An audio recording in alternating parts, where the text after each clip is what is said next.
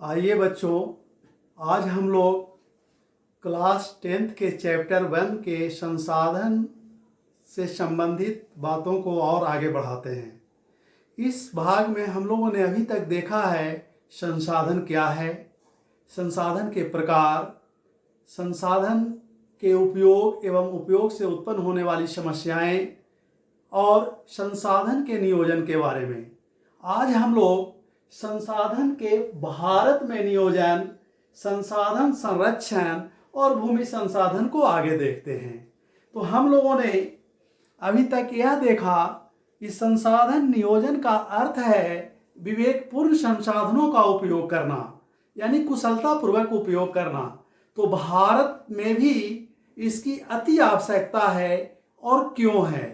तो इसलिए है कि हम लोगों ने पहले देखा है कि भारत में संसाधनों का वितरण विश्व की तरह ही असमान है।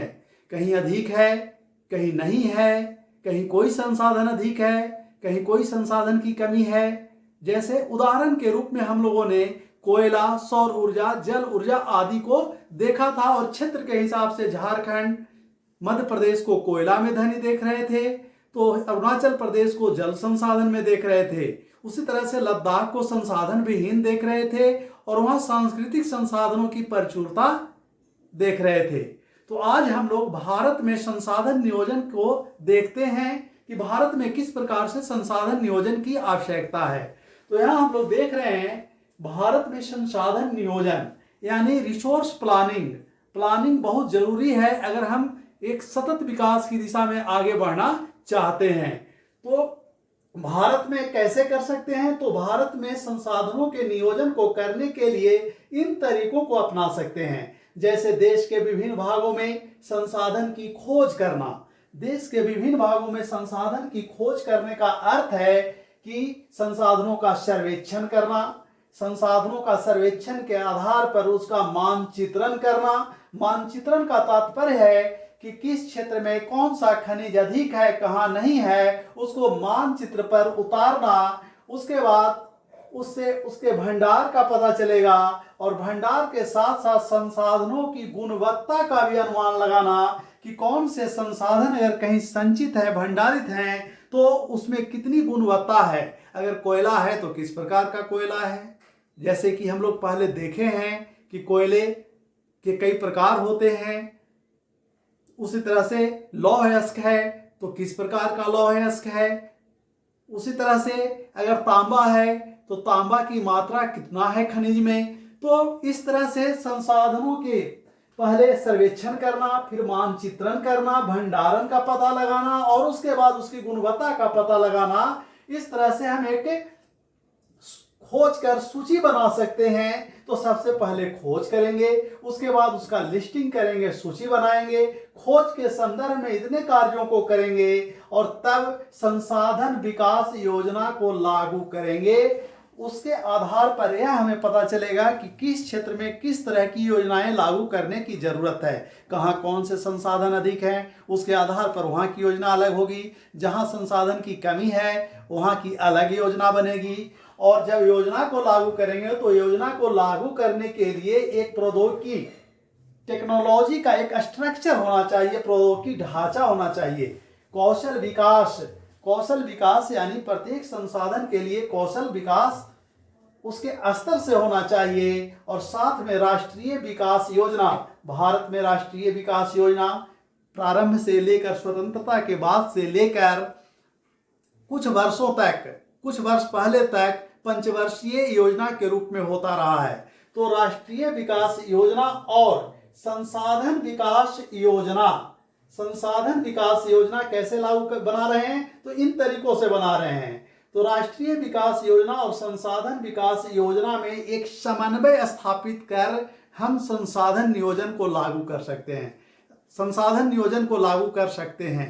इस तरह से हम राष्ट्रीय स्तर से प्रांतीय स्तर, प्रांतीय स्तर से प्रादेशिक स्तर और प्रादेशिक स्तर से निचले स्तर तक की समस्याओं को देखेंगे, संसाधन को देखेंगे, संसाधन की उपलब्धता को देखेंगे और आवश्यकता के अनुसार संसाधन के प्रयोग से संबंधित नीति को लागू कर सकते हैं। तो आइए सबसे पहले आज हम लोग संसाधनों के संरक्षण के बारे में जानकारी प्राप्त करते हैं। संसाधन का संरक्षण यह एक वर्तमान समय का बहुत ही गंभीर विषय है। इस संबंध में संसाधनों के संरक्षण की व्याख्या पहली बार 1968 ईस्वी में क्लब ऑफ रोम की स्थापना 1968 ईस्वी में हुई थी। यह एक पर्यावरण से संबंधित संस्था है और अपनी स्थापना के बाद ही इस संस्था द्वारा पर्यावरण के संरक्षण के संदर्भ में व्याख्या प्रस्तुत की गई। पहली बार संरक्षण की अवधारणा पर्यावरण के संदर्भ में इसके द्वारा दी गई। इस संस्था के द्वारा ही 1972 ईस्वी में 1972 में लिमिट टू ग्रोथ, विकास की सीमा पर बल दिया गया और उसके बाद एक अर्थशास्त्री हुए सुमेशर ने 1974 में स्मॉल इज ब्यूटीफुल नामक पुस्तक की रचना की। स्मॉल इज ब्यूटीफुल पुस्तक के द्वारा उन्होंने पर्यावरण के संरक्षण के संबंध में अपनी व्याख्या प्रस्तुत की और बाद में जब विश्व समुदाय पर्यावरण के संरक्षण यानी पर्यावरण के ह्रास के प्रति चिंतित होने लगा तो पर्यावरण के संरक्षण के संबंध में एक आयोग का गठन किया गया। वह आयोग 1987 में बुंटलैंड आयोग के नाम से प्रसिद्ध है।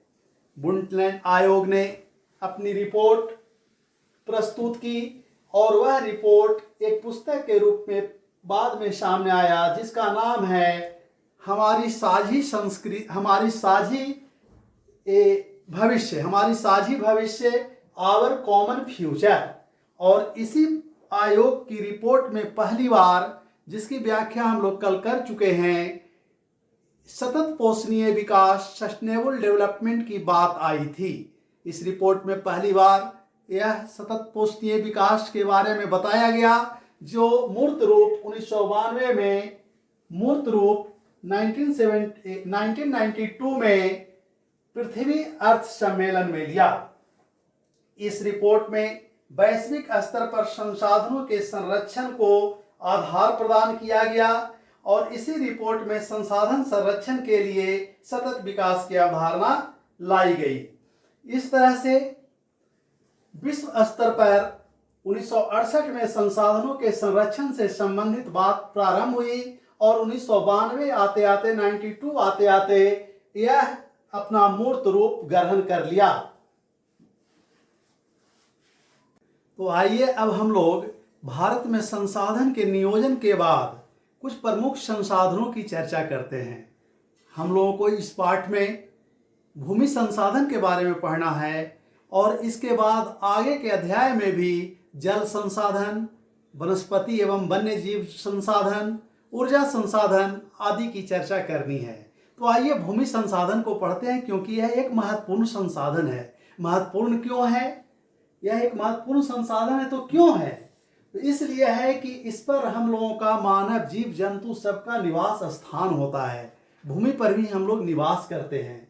अनाज उत्पादन होता है। अनाज जो हमारे जीवन के लिए सबसे महत्वपूर्ण चीज है, उसके बिना जीवित नहीं रह सकते हैं, उसका उत्पादन भी भूमि पर होता है। अन्य आर्थिक क्रियाएं जैसे मान लीजिए कि कृषि किए, कृषि से उत्पाद तो मिला, लेकिन उसके बाद की द्वितीयक, तृतीयक, चतुर्थक क्रियाकलाप जिसमें उद्योग, परिवहन आदि की स्थापना भूमि पर ही करते हैं। उसी तरह से प्राकृतिक वनस्पति और वन्य जीव जंतु का भी विकास भूमि पर ही होता है। तो इस तरह से देखते हैं कि भूमि एक महत्वपूर्ण संसाधन है। अब आपसे परीक्षा में प्रश्न आएगा कि भूमि महत्वपूर्ण संसाधन है क्यों? तो इन सभी पॉइंटों की चर्चा कर देनी होगी कि इस पर निवास स्थान है हम लोगों का, अनाज का उत्पादन करते हैं, अन्य आर्थिक क्रियाकलाप जैसे उद्योग, परिवहन आदि की चर्चा करनी है, प्राकृतिक वनस्पति, वन्य जीव आदि का विकास होता है। लेकिन इतना महत्वपूर्ण होते हुए भी चूंकि यह सीमित संसाधन है, सीमित है और जनसंख्या बढ़ती जा रही है, इसलिए जनसंख्या के इस सीमित संसाधन का उपयोग बढ़ती जनसंख्या के लिए विवेकपूर्ण ढंग से करने की जरूरत है। अब भारत के संदर्भ में अगर देखते हैं तो भारत के कुल भौगोलिक भाग भारत के कुल भौगोलिक क्षेत्रफल जो 32,87,000 वर्ग किलोमीटर है, उस भौगोलिक क्षेत्रफल का वितरण एक समान रूप से नहीं है। पर्वत, पठार, मैदान, पहाड़ियां आदि पाई जाती है। तो भारत के इस भौगोलिक विभाग में 43% लगभग 43% भाग पर मैदान पाया जाता है। विश्व के बहुत कम ऐसे देश हैं जहां इतने अधिक क्षेत्रफल पर मैदान पाया जाता है। तो 43% भाग पर मैदान है। उसी तरह से 30% भाग पर पर्वत पाए जाते हैं और उस 30% भाग में से लगभग 18% पर पहाड़ियां और 11 से 12% के बीच ऊंचे पर्वत पाए जाते हैं। कुल क्षेत्रफल का लगभग 27% भाग पर पठार है और इन सभी का अपना अपना महत्व है। जैसे पर्वत नदियों का स्रोत है, सदाबहार नदियां निकलती है और पर्यटन स्थल के रूप में विकसित हुआ है, वन संसाधन का भंडार है। तो उसी तरह से हमारे पठार खनिज संसाधन और वन संसाधन के भंडार हैं। मैदान कृषि एवं उद्योग के लिए उपयुक्त है। कृषि मैदान होने के कारण यह विभिन्न फसलों का उत्पादन करने के लिए उपयुक्त है और परिवहन साधनों के विकास के लिए भी यह उपयुक्त है। तो इस तरह से भारत के भौगोलिक क्षेत्रफल को देखते हैं तो भारत का भौगोलिक क्षेत्रफल विविधताओं से भरा हुआ है। अलग अलग क्षेत्र में पर्वत, पठार, मैदान पाए जाते हैं। तो भारत के भौगोलिक स्थलाकृतियों के वितरण को देखने के बाद अब हम लोग एक नज़र भारत में भूमि उपयोग को देखेंगे। भारत में भूमि उपयोग को देखने से पहले भूमि के प्रारूप को समझते हैं। भूमि के प्रारूप में भूमि का उपयोग कई रूपों से किया जाता है। जैसे भूमि पर वन उगाया जाता है, बहुत बड़ा क्षेत्रफल वन के अंतर्गत होता है। उसी तरह से कृषि के लिए अनुपलब्ध भूमि जिस पर कृषि कार्य नहीं होता है, वो गैर कृषि प्रयोजन में गैर कृषि कार्यों के लिए वो भूमि लगाई जाती है। जैसे इमारतें, सड़क, उद्योग आदि का उस पर विकास होता है। उसी तरह से प्रति भूमि के अतिरिक्त अन्य कृषि अयोग्य भूमि, प्रति भूमि के अतिरिक्त अन्य कृषि अयोग्य यानी प्रति भूमि है लेकिन कृषि के योग्य नहीं है, वैसी भूमि जिस पर अस्थायी चारागाह का विकास होता है तथा अन्य गोचर यानी अन्य पशुपालन कार्यों के लिए जिस भूमि का विकास किया जाता है। योग्य बंजर भूमि जहां 5 साल से अधिक वर्षों से खेती न की गई हो, उसे भी प्रति भूमि के अंतर्गत रखते हैं। और प्रति भूमि के अंतर्गत उस भूमि को भी रखते हैं जिस पर 1 वर्ष या उससे कम अवधि में भी कृषि नहीं की गई है। और अंतिम प्रकार जो भूमि उपयोग का हो सकता है वह होता है शुद्ध बोया गया यानी नेट सोन एरिया। शुद्ध बोया गया भूमि, शुद्ध बोया गया भूमि वह भूमि होती है जिस पर 1 वर्ष में 1 से अधिक बार कई फसलों का उत्पादन कर सकते हैं। तो इस तरह से भूमि प्रारूप का कई प्रकार से हम लोग उपयोग करते हैं। और अब इसके बाद हम लोग देखेंगे भारत में कितना प्रतिशत भूमि का प्रयोग इसमें किस कार्य के लिए किया जा रहा है। तो आइए अब हम लोग भूमि उपयोग प्रारूप देखने के बाद अब भारत में भूमि उपयोग प्रारूप को देखते हैं। तो भारत में भूमि उपयोग प्रारूप कई कारकों द्वारा निर्धारित होता है। भू उपयोग प्रारूप को निर्धारित करने वाला कारक मुख्यतः 2 प्रकार का है। एक भौतिक कारक या प्राकृतिक कारक और दूसरा मानवीय कारक। भौतिक या प्राकृतिक कारक में भू आकृति, जलवायु और मृदा का प्रकार प्रमुख कारक है।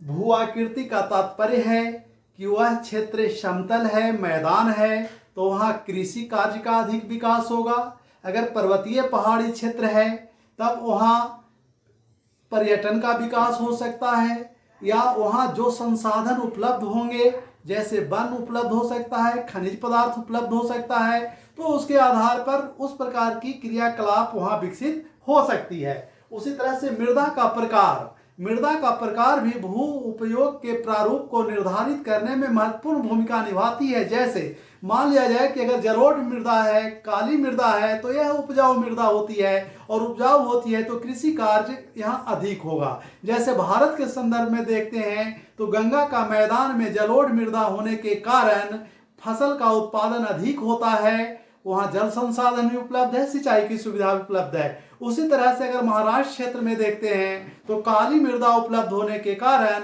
उस क्षेत्र में कपास की खेती अच्छी होती है। तो मृदा का प्रकार भी भू उपयोग को निर्धारित करता है। उसी तरह से मानवीय कारक में देखते हैं तो मानवीय कारक में जनसंख्या का घनत्व, प्रौद्योगिकी क्षमता, संस्कृति एवं परंपराएं, ये सब ऐसे कारक हैं जो भूमि उपयोग के प्रारूप को निर्धारित करता है। जैसे मान लिया जाए कि जनसंख्या देखते हैं, तो अगर जनसंख्या अधिक होगी तो उन क्षेत्रों में जहां अधिक होगी वहां कृषि कार्य के लिए भूमि पर दबाव अधिक होगा और कृषि कार्य ज्यादा किया जाएगा।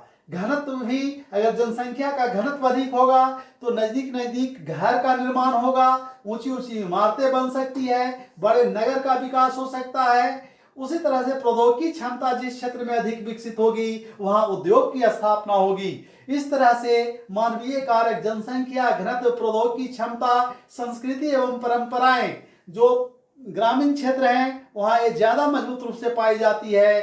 तो अलग अलग क्षेत्रों में अलग अलग कारक कार्य करता है और उसी के अनुरूप भूमि प्रारूप का विकास होता है। इस तरह से हम देखते हैं कि भारत में भी इन कारकों का प्रभाव पड़ा है भू उपयोग के प्रारूप पर।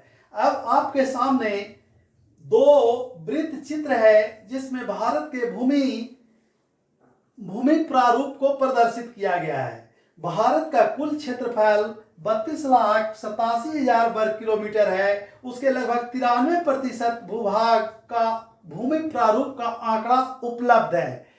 7% जो उपलब्ध नहीं है वो मुख्य रूप से उत्तरी पूर्वी राज्य, आप उत्तरी पूर्वी राज्य के बारे में समझते होंगे, जिसमें असम, अरुणाचल प्रदेश, मेघालय, मणिपुर, मिजोरम, त्रिपुरा आदि राज्य आता है। और उसी तरह से कुछ जम्मू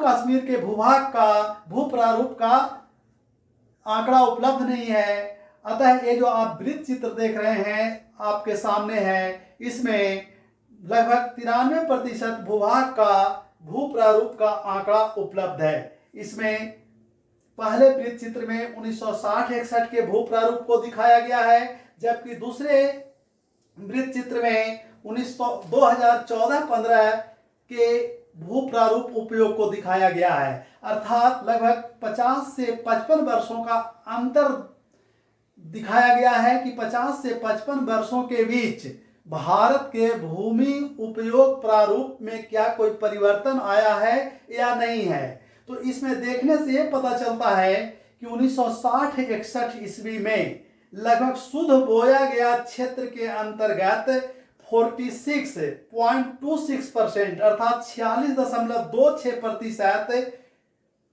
ये शुद्ध बोया गया क्षेत्रफल के अंतर्गत भूमि था, जिसमें बहुत कम परिवर्तन हुआ है। और 2014-15 में यह थोड़ा सा घटकर 45.5% हुआ है। उसी तरह से देखते हैं कि 1960-61 में वन क्षेत्रफल 18.11% था, जो 2014-15 में बढ़ा है, काफी बढ़ा है और 23.3% हो गया है। इसमें वृद्धि का कारण है पर्यावरणीय जागरूकता आना, विभिन्न प्रकार के वृक्षारोपण कार्यक्रम को चलाया जाना, इसमें आम नागरिकों और सरकार का भी सहयोग प्राप्त होना।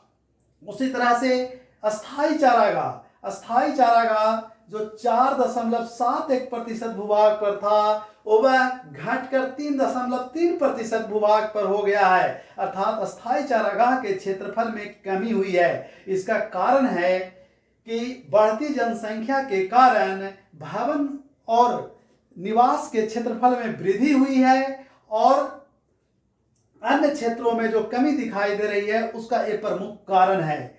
अब अस्थायी चारागाह में अगर कमी आई है और भारत में पशुधन अधिक मात्रा में है तो यह भी एक चिंता का विषय है, क्योंकि पशुओं के लिए चारागाह चाहिए ही चाहिए। उसी तरह से अगर बंजर तथा कृषि अयोग्य भूमि को देखते हैं तो इसमें 18.11% भाग 1960-61 में था, जो 2014-15 में घटकर 5.5% हो गया है। इसमें व्यापक कमी आई है, 18% से लगभग 5% हो गया है। और इसका भी बड़ा कारण जनसंख्या में वृद्धि है और सिंचाई सुविधाओं के कारण कृषि के अंतर्गत इस क्षेत्र का विस्तार हुआ है, आवास के अंतर्गत विस्तार हुआ है और अन्य कार्य जैसे उद्योग आदि की स्थापना इन क्षेत्रों में हुआ है। खनन गतिविधियां बढ़ी है, जिसके कारण कृषि अयोग्य भूमि के क्षेत्रफल में 1960-61 की तुलना में 2014-15 में व्यापक कमी आई है।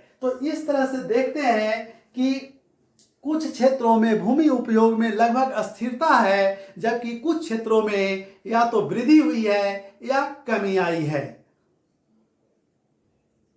तो अगर हम ये भूमि उपयोग प्रारूप को देखने के बाद शुद्ध बोए गए क्षेत्रफल नेट सोन एरिया को अगर राज्य के हिसाब से भी देखते हैं तो इसमें व्यापक भिन्नता भारत में पाई जाती है। जैसे पंजाब और हरियाणा में 80% क्षेत्रफल इसके अंतर्गत है, शुद्ध बोए गए क्षेत्र के अंतर्गत है। तो दूसरी ओर अरुणाचल प्रदेश, मिजोरम, मणिपुर, अंडमान निकोबार जैसे पर्वतीय पहाड़ी भूभाग की अधिकता वाले राज्यों में क्षेत्रों में यह 10% से भी कम है शुद्ध बोया गया क्षेत्रफल।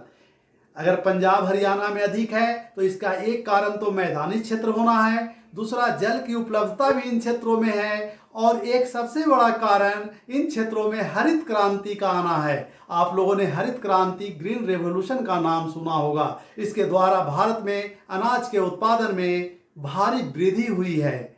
उस तरह से उन राज्यों में जहां कम है, समतल भूभाग की कमी तथा जनसंख्या के कम में दबाव के कारण भी शुद्ध बोए गए क्षेत्रफल में कमी पाई जाती है।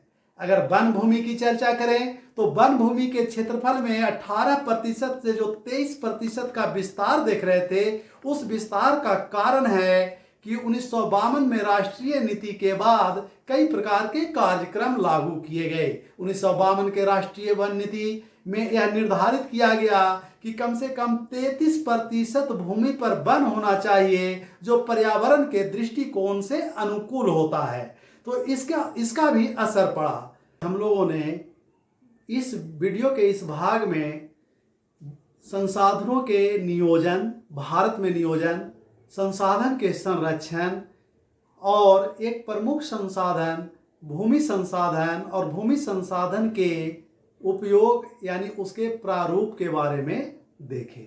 अब हम लोग वीडियो के अगले भाग में इस चैप्टर को आगे बढ़ाएंगे।